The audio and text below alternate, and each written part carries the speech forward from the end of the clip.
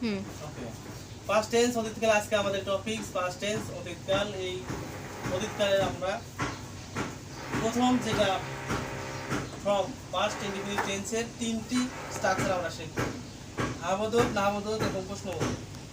আমরা আগে জানবো সাধারণ অতীতকাল কাকে বলে, যাকে আমরা পাস্ট ইনডিফিনিট টেন্স বলি। অতীতকালে কোনো কাজ ঘটেছিল, ফল এখনো আর বর্তমান নেই, এরূপ বোঝালে ভার্বের পাস্ট পার্ট ইনডিফিনিট টেন্স হয়।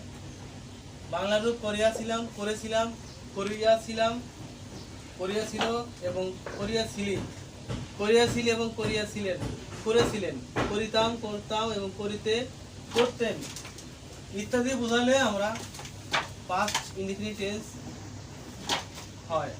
গঠন প্রণালী স্ট্রাকচার: প্রথমে আমরা অ্যাফার্মেটিভ হাবোধক সাবজেক্ট প্লাস ভার্ব, ভার্বের past form V3 plus object.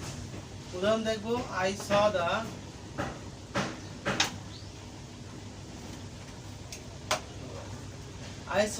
man, I saw the man, আমি লোকটিকে দেখেছিলাম। I wrote a letter yesterday, আমি গতকাল একটি চিঠি লিখেছিলাম।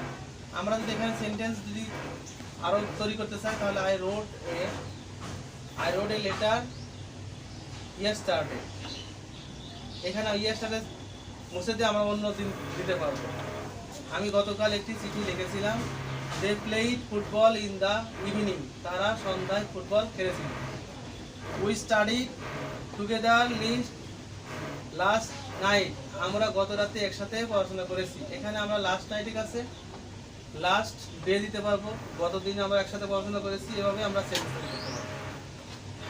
এখন আমরা নেগেটিভ নাবোধক সূত্র দেখবো: subject plus did not plus verb, ভার্বের প্রেজেন্ট ফর্ম প্লাস অবজেক্ট। উদাহরণ হিসেবে দেখবো I did not, সূত্রে ডিড নট প্লাস হলো ভার্বের present form see the man, আমি লোকটাকে দেখি। এইখানে আমাদের ভার্বের প্রেজেন্ট ফর্ম হবে। She did not visit, এখানে present form the museum last week, সে গত সপ্তাহে জাদুঘর পরিদর্শন করেনি। আরেকটা উদাহরণ দেখবো: He did not go to Dhaka last month, সে গত মাসে ঢাকায় যায়নি। এখানে আমরা যদি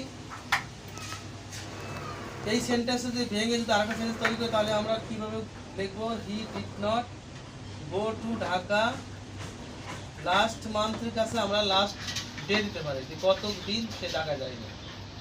তারপর আমরা শেষেটা দেখবো আমরা ইন্টারভিউ